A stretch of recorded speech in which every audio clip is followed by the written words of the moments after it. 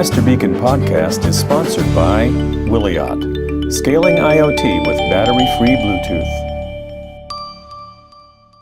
Welcome to the Mr. Beacon podcast. I'm really excited, always excited, but especially this week we've got Asif Khan, who's the founder and president of the Location-Based Marketing Association, the LBMA.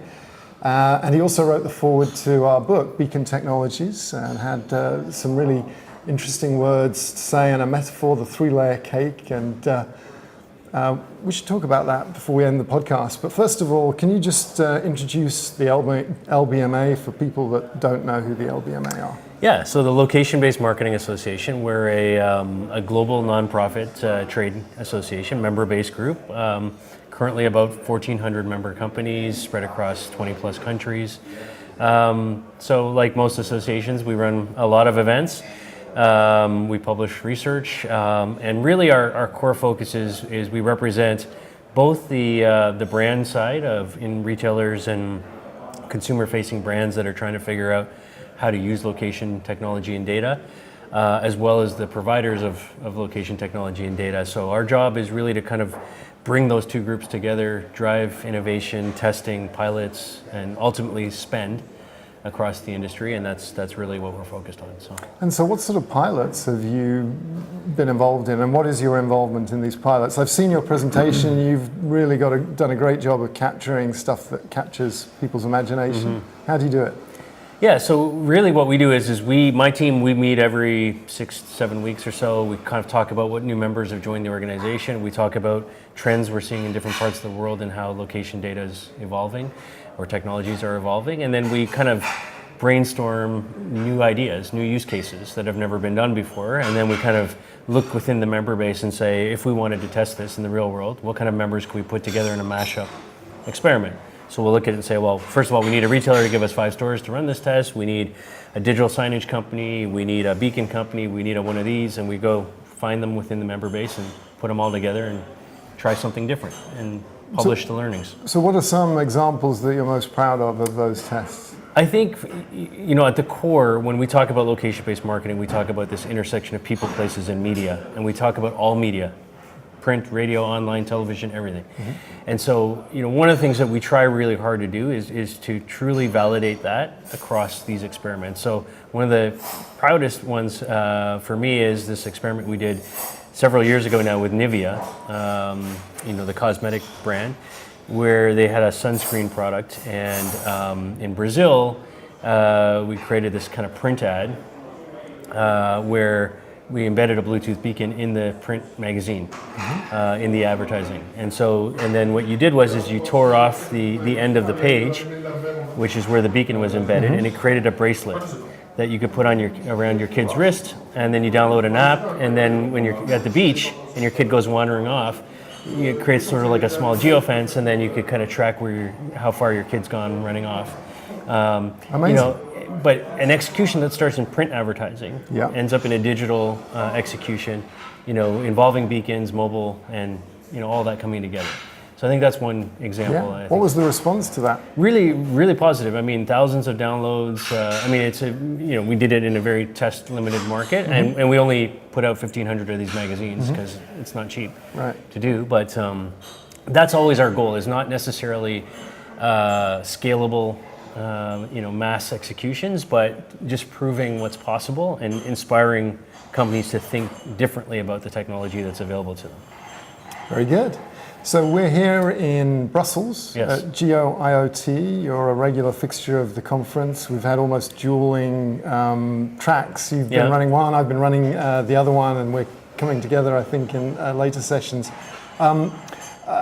I'm guessing you've been talking about the survey results that you've got from the survey that you mentioned earlier. Can you give us a snapshot of some of the things that you've learned from this year's survey? Yeah, so this is the 3rd year of the survey. It's called the Global Location Trends Report. We do it across our 5 biggest markets, which is Canada, the US, Germany, the UK, and Singapore. And basically, we generally ask the same set of questions so we can benchmark year-over-year growth. And our audience that we're surveying are CMOs, heads of digital marketing across the major brands. And so right now, globally, we're looking at about 77% of marketers are already using location data, to target and influence consumers. That's up about 12% from last year. So significant growth year over year.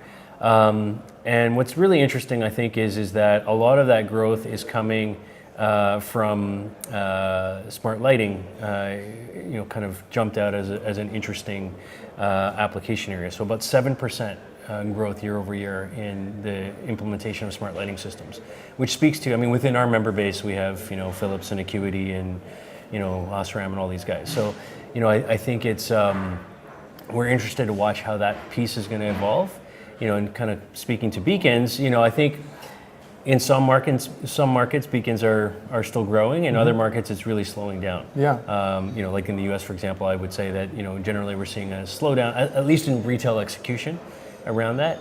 They're finding new markets for beacons, things like manufacturing or automotive or other markets. I think we're seeing interesting applications there. Or I gave an example earlier of one of our members, Blue Dot, is working with Transurban in Australia and using beacons as the method for measuring tolls on the highways and things like that. So, yeah. Fantastic. So how are things evolving in terms of your membership? How has your membership evolved over the years? How many years have you been going? Just over 8. 8 years. Yeah. That's a while. Yeah. Yeah, so I think for us, it's, I would say in general, the type of members, we've always skewed heavily to, consumer-facing brands. So about 40% of the member base are on the brand side, the actual consumers of location, technology, and data, and the rest are obviously vendors providing solutions. And we've held that sort of split, through all these years. What's, I think, for us is interesting is the growth is coming now in, new markets that we have never operated in before. So we've recently, in February, we opened a chapter in Tokyo. In November past, we opened in Prague. We're seeing a lot of interest coming out of Southeast Asia. We're about to go into Dubai and India. So, kind of moving out of, I would say, the English-speaking first markets that we've, penetrated and kind of done very well in. Now we're starting to branch into other markets. And I find that in a lot of these emerging markets, like Southeast Asia in particular, when you look at things like beacon technology, for example, my interpretation of that is that, in a lot of these places, they're jumping to things like NFC or other, and a lot of it has to do with the penetration of Samsung versus Apple, and the lack of support early on that Apple had for NFC and things like that. So in a market like Singapore, where we've operated for 6 years now, that was clearly evident right from the beginning. And yet the government of Singapore is a heavy investor in location services and proponent of it. So, they don't really care what flavor it takes. They just want to make sure it's embedded in everyday life and citizenry. So, well, it's a real sign of maturity that you're spreading across these different geographies, and I'm sure you'll just have that broader net to cross-pollinate the best ideas. We've both got to get into sessions that are coming up, so I'm going to wrap it up. But before we go, can you just explain briefly what's this 3-layer cake that you wrote about? Yeah, so this was a concept that we came up with primarily for bricks and mortar retailers, because what we were seeing is I'd go in and talk to these guys and it'd be like, what are you doing with location-based marketing? And they would be, you mean like beacons? And I was like, yes, that is a part of it, but it's one slice of the location ecosystem. And so we felt this need to create a sort of a theory for them to think about the bigger location picture and building an investment strategy around that. So what the 3-layer cake is about, the bottom of the cake is really about how do we drive traffic to the store in the first place? Because things like beacons or indoor solutions in general are kind of pointless if there's nobody there. You got to get traffic there. Yeah. So geofencing, local search, push messaging, all these sort of location solutions that are really about traffic driving, are really about the bottom of the cake. Once you have the traffic there, the middle of the cake is really about now how do we increase customer service, customer engagement, basket size, dwell time, and that's where the indoor micro-location solutions become really important. Whether that's beacons or Wi-Fi or magnetics or smart lighting or smart flooring or whatever it is, I think that's important. But the top of the cake is really the transactional piece, and that's been missing and still to some extent missing from a lot of these solutions. So a lot of the guys who built these indoor platforms have not thought out clearly about integration to CRM, point of sale, loyalty, and tying those platforms together. Because if you have a beacon network and you're going to push somebody from a marketing point of view, some offer, you better know when were they here last, how much did they spend last time they were here, how often are they here. These are questions that can be answered by the transactional data systems that sit at the top. But of course, that last step is so difficult, isn't it? Getting through all those POC, point of sale vendors, they see themselves as gatekeepers, and they want to.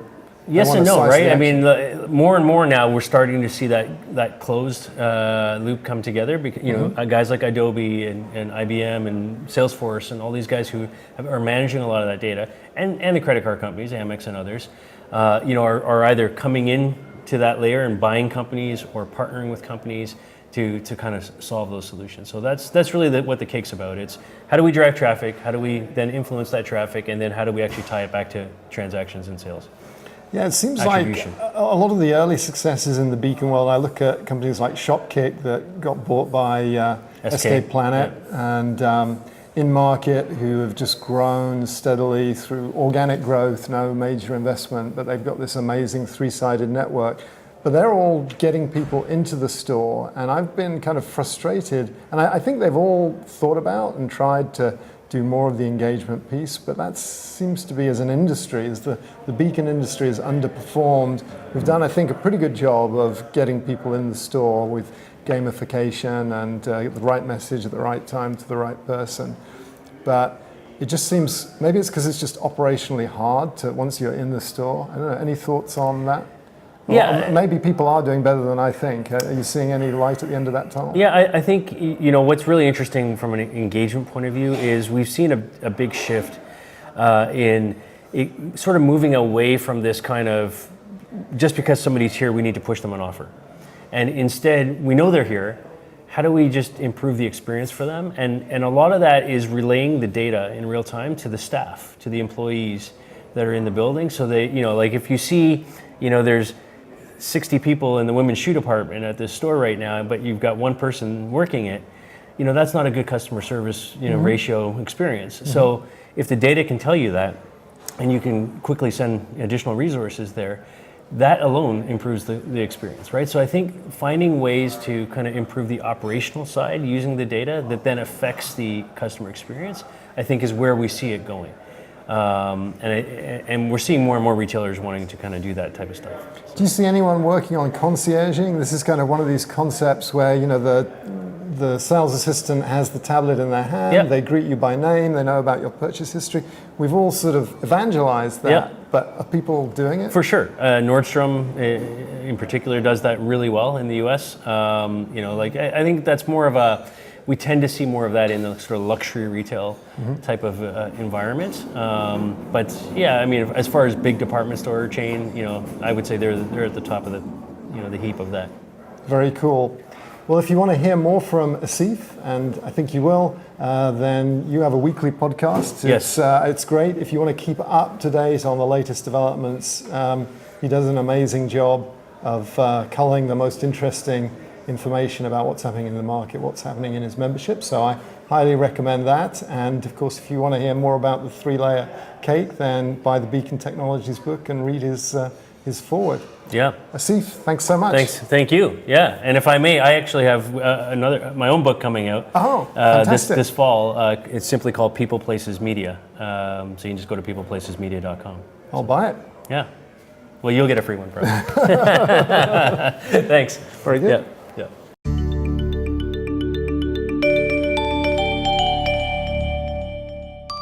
So, Asif, what are the 3 songs that you would take with you to Mars? Well, I think the first one is Led Zeppelin, Stairway to Heaven. Love it. Probably my second is really anything Bob Marley, but like No Woman, No Cry or something like that. All right. And then just like Peaceful, Amazing Grace or something. All right. Nothing Canadian? Neutral like that. Well, I mean, there's so many great Canadian bands like Tragically Hip or Rush or folks like that would be, I think, interesting. Okay, we'll put them on standby. Yes. Yeah. Thank you very much. Yeah.